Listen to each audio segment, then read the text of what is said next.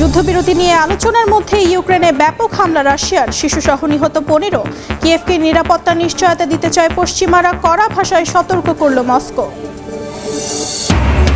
গাজায় শর্তহীন যুদ্ধবিরতি, বন্দি মুক্তি চায় জাতিসংঘ। দুর্ভিক্ষকে মানবসৃষ্ট আখ্যা, নিশ্চুপ যুক্তরাষ্ট্র।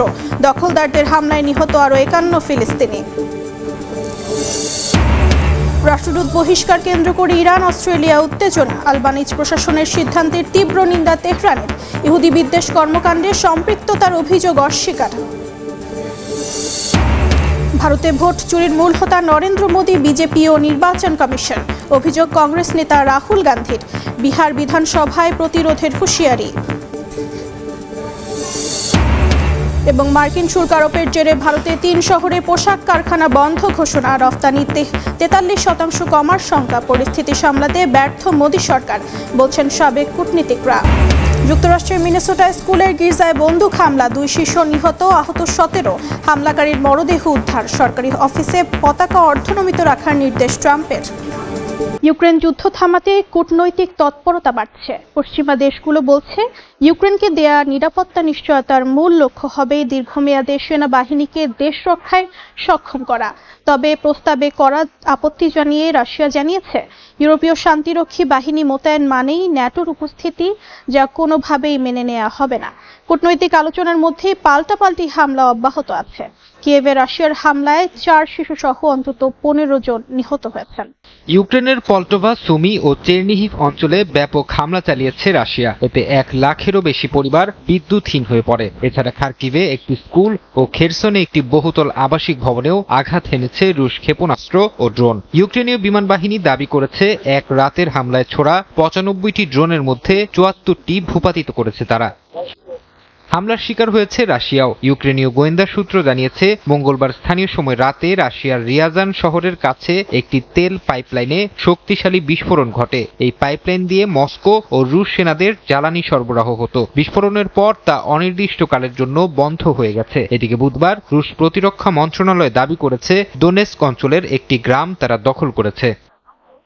পাল্টাপাল্টি এমন হামলার মধ্যেও যুদ্ধ বন্ধে কূটনৈতিক প্রচেষ্টা চলছে। জার্মান চ্যান্সেলর বলেছেন, ইউক্রেনকে যে নিরাপত্তা নিশ্চয়তা দেয়া হবে তার মূল উদ্দেশ্য হবে দীর্ঘমেয়াদে সেনাবাহিনীকে দেশ রক্ষায় সক্ষম করা। তার দাবি, এই নিশ্চয়তা ইউক্রেনের প্রতিরক্ষার সক্ষমতা বাড়ানোর জন্য জরুরি। তবে পশ্চিমাদের নিরাপত্তা নিশ্চয়তার বিষয় নিয়ে কড়া আপত্তি জানিয়েছে রাশিয়া। বুধবার ক্রেমলিনের মুখপাত্র দিমিত্রি পেসকভ বলেন, ইউরোপের প্রস্তাবিত শান্তিরক্ষী বা নিরাপত্তা বাহিনী ইউক্রেনে মোতায়েনের প্রশ্নই আসে না, কারণ সেটি দেশটিতে ন্যাটোর উপস্থিতির শামিল হবে। এদিকে মার্কিন প্রেসিডেন্টের বিশেষ দূত স্টিভ উইটকফ জানিয়েছেন, চলতি সপ্তাহেই নিউ ইয়র্কে তিনি ইউক্রেনীয় প্রতিনিধিদের সঙ্গে বৈঠক করবেন। ফক্স নিউজকে দেয়া সাক্ষাৎকারে তিনি বলেন, দ্রুতই শান্তি চুক্তির একটি কাঠামো দাঁড় করানোর আশা করছে ওয়াশিংটন। তবে চূড়ান্ত সিদ্ধান্ত নিতে হবে ইউক্রেনকেই। গাজায় অবিলম্বে শর্তহীন ও স্থায়ী যুদ্ধবিরতি, বন্দীদের মুক্তি এবং মানবিক সহায়তা বাড়ানোর আহ্বান জানিয়েছে জাতিসংঘ নিরাপত্তা পরিষদ। তবে এই বিষয়ে নিশ্চুপ ছিল যুক্তরাষ্ট্র। বুধবার নিরাপত্তা পরিষদের বৈঠকে যুক্তরাষ্ট্র ছাড়া বাকি 14টি সদস্য রাষ্ট্র গাজায় চলমান দুর্ভিক্ষকে মানবসৃষ্ট সংকট হিসেবে আখ্যা দিয়েছে। তাদের এমন পদক্ষেপকে স্বাগত জানিয়েছে হামাস। এদিকে দখলদার বাহিনীর হামলায় উপত্যকায় একদিনে আরও 51 জন নিহত হয়েছেন। আন্তর্জাতিক আহ্বান তোয়াক্কা না করেই গাজায় চলছে ইসরায়েলি আগ্রাসন। গেল একদিনে দখলদারদের হামলায় প্রাণ গেছে অর্ধশতাধিক ফিলিস্তিনির, যাদের মধ্যে কয়েকজন অপেক্ষায় ছিলেন ত্রাণের লাইনে। উপত্যকার স্বাস্থ্য মন্ত্রণালয় জানিয়েছে, গত একদিনে ক্ষুধা ও পুষ্টিহীনতার কারণে শিশুসহ কয়েকজনের মৃত্যু হয়েছে। এ নিয়ে গাজায় ক্ষুধাজনিত মৃত্যু বেড়ে দাঁড়ালো 313-তে, যার 119টি শিশু।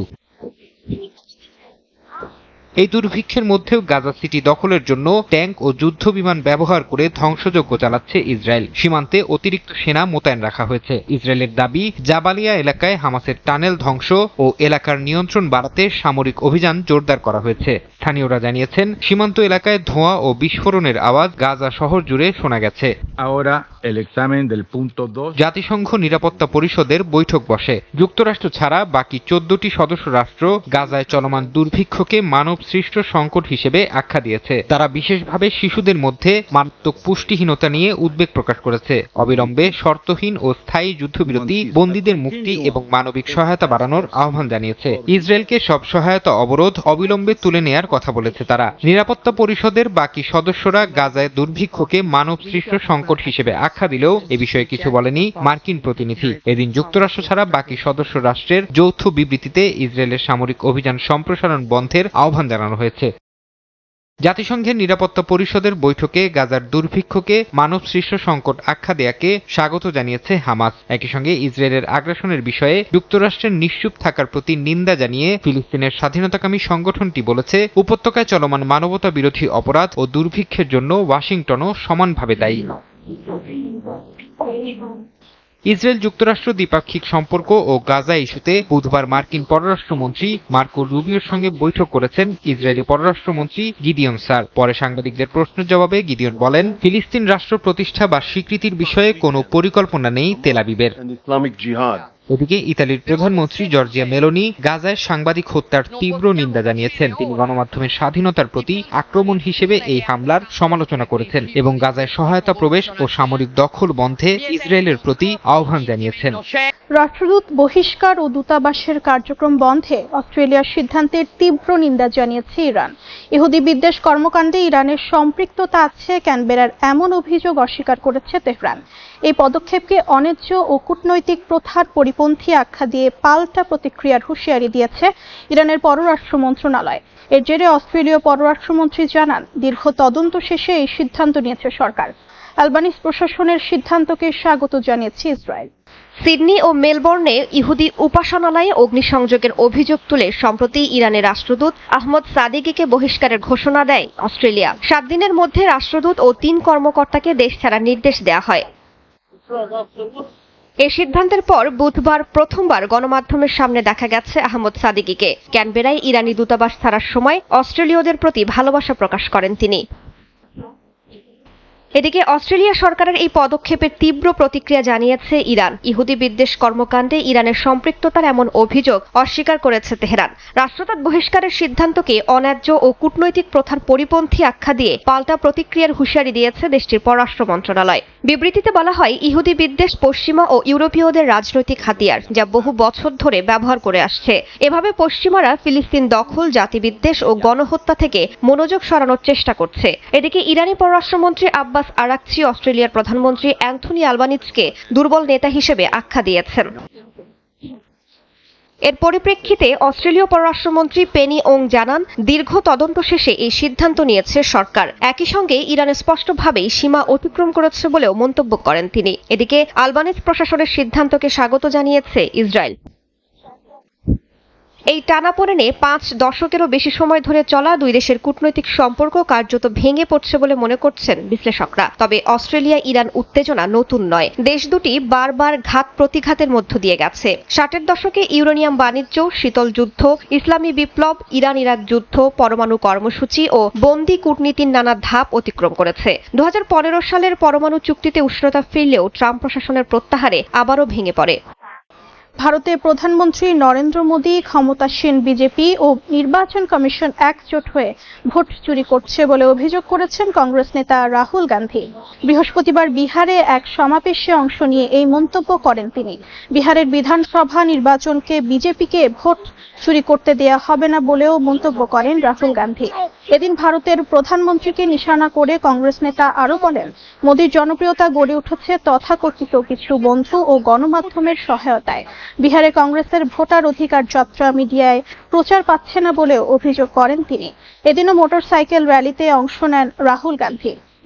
মার্কিন শুল্ক আরোপের জেরে উৎপাদন বন্ধ করে দিয়েছে ভারতের বড় 3টি শহরের টেক্সটাইল ও পোশাক কারখানা। রপ্তানিকারকরা জানিয়েছেন, যুক্তরাষ্ট্রের বড় ক্রেতা প্রতিষ্ঠানগুলো অর্ডার বাতিল করছে। তাই উৎপাদন অব্যাহত রাখতে সরকারের সহায়তা চেয়েছে প্রতিষ্ঠানগুলো। এদিকে যুক্তরাষ্ট্রের শুল্ক আরোপের ঘটনা নরেন্দ্র মোদী সরকার যথাযথভাবে সামলাতে ব্যর্থ হয়েছেন বলে মনে করছেন ভারতের সাবেক শীর্ষ কূটনীতিকরা। যুক্তরাষ্ট্র ভারতীয় টেক্সটাইল পণ্যের সবচেয়ে বড় বাজার। দেশটিতে বছরে $10 বিলিয়ন বেশি মূল্যের পণ্য রপ্তানি করে নয়াদিল্লি। সম্প্রতি যুক্তরাষ্ট্র 50% শুল্ক আরোপ করায় এশিয়ার মধ্যে ভারত এখন সবচেয়ে বেশি শুল্কের বোঝা বহন করছে। এর জেরে দেশটির বড় 3 শহরের টেক্সটাইল ও পোশাক কারখানাগুলো ইতোমধ্যে উৎপাদন বন্ধ করে দিয়েছে বলে জানিয়েছে দ্য ইন্ডিয়ান এক্সপ্রেস।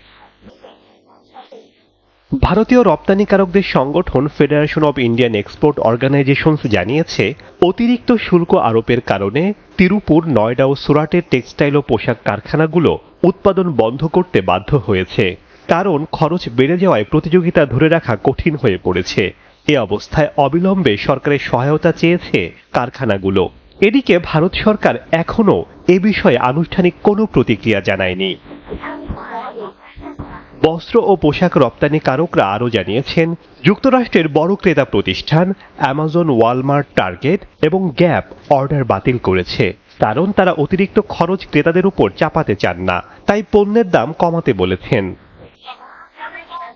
ভারতের গণমাধ্যম দ্য ওয়ার্ড জানিয়েছে, নতুন শুল্ক কাঠামোয় বোনা ও নিট পোশাক সবচেয়ে বেশি ক্ষতিগ্রস্ত হবে। পাশাপাশি অন্য টেক্সটাইল খাতও মারাত্মকভাবে ক্ষতিগ্রস্ত হতে পারে। বিশেষজ্ঞরা মনে করছেন, 2025-26 অর্থ বছরে যুক্তরাষ্ট্রে ভারতের পণ্য রপ্তানির মূল্য আগের বছরের তুলনায় 40-45% কমে যেতে পারে। এজন্য নরেন্দ্র মোদী সরকারকে দোষারোপ করছেন ভারতের সাবেক কূটনীতিকরা। দেশটির পররাষ্ট্রমন্ত্রী এস জয়শঙ্কর ট্রাম্প প্রশাসনের দ্বিতীয় মেয়াদে বিষয়টি যথাযথভাবে সামলাতে ব্যর্থ হয়েছেন বলে মনে করছেন তারা। সাবেক পররাষ্ট্র সচিব বিবেক কাটজু বলেছেন, এ বিষয়ে ভারতের জনগণের কাছে মোদী সরকারের জবাবদিহি করা উচিত। আর এই নির্বাচন সামনে রেখে প্রচারণার লক্ষ্যে এবার সরাসরি মাঠে নেমেছেন জান্তা প্রধান মিন অং হ্লাইং। দেশটির গুরুত্বপূর্ণ 3টি অঞ্চলে সফরে গিয়ে ভোটারদের ভোট দিতে উৎসাহিত করেন তিনি। এদিকে জান্তা ঘোষিত নির্বাচন প্রত্যাখ্যানে আন্তর্জাতিক সম্প্রদায়ের প্রতি আহ্বান জানিয়েছেন মিয়ানমারের জাতীয় ঐক্য সরকার। আর নির্বাচনকে স্বৈরশাসন দীর্ঘায়িত করার হাতিয়ার হিসেবে উল্লেখ করেছে বিদ্রোহী সংগঠন করেন ন্যাশনাল ইউনিয়ন। যতই নির্বাচনের দিন ঘনিয়ে আসছে, ততই বেহাত হয়ে যাওয়া ভূখণ্ড পুনর্দখলে মরিয়া মিয়ানমারের জান্তা বাহিনী। চলতি সপ্তাহে শান অঙ্গরাজ্যের ইয়াদানা থেং খনি পুনর্দখলের দাবি করেছে তারা। খনিটি সীসা, রূপা ও দস্তার জন্য পরিচিত। এটি টিএনএল এর নিয়ন্ত্রণে ছিল। পাল্টা অভিযানে কিওয়াক্সিম ফ্রন্টে জান্তার অগ্রযাত্রা আটকে দিয়েছে বিদ্রোহী গোষ্ঠীটি। শুধু ভূখণ্ড দখল করে ক্ষান্ত হচ্ছে না সামরিক জান্তা। দেশটির মান্দান অঞ্চলে 1 সপ্তাহের বেশি সময় ধরে পণ্য পরিবহন অবরোধ করে রেখেছে তারা। এতে স্থানীয়দের খাদ্য ও নিত্যপণ্যের ঘাটতি দেখা দিয়েছে। পাশাপাশি নষ্ট হয়ে যাচ্ছে বিপুল পরিমাণ কৃষিপণ্য, বেড়েছে বিদ্যুৎ সংকটও।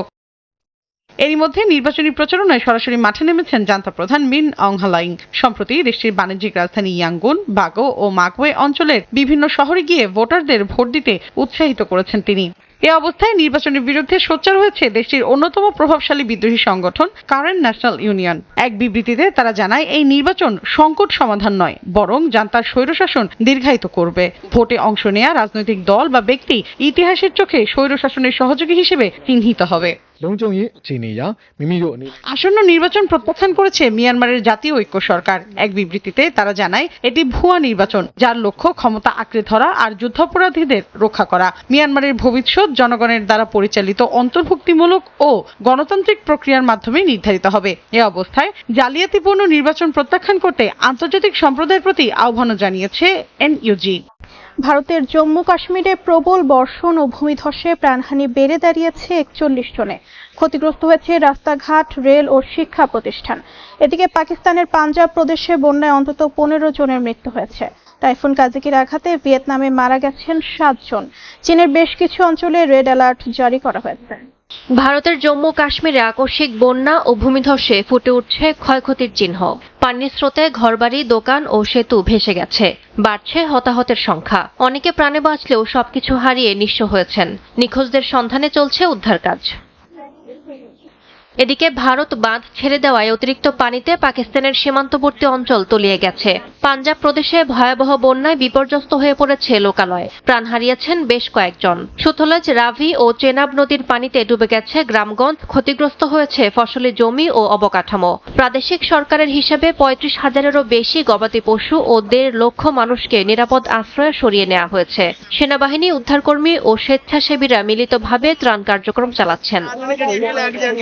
ভারতের সীমান্তের কাছে অবস্থিত শিখদের অন্যতম পবিত্র স্থান হিসেবে বিবেচিত কর্তারপুর মন্দির বন্যার পানিতে তলিয়ে গেছে। পানির চাপ বৃদ্ধি পাওয়ায় পাকিস্তান কর্তৃপক্ষ একটি তীর রক্ষা বাঁধ বিস্ফোরণ ঘটিয়ে উড়িয়ে দিয়েছে।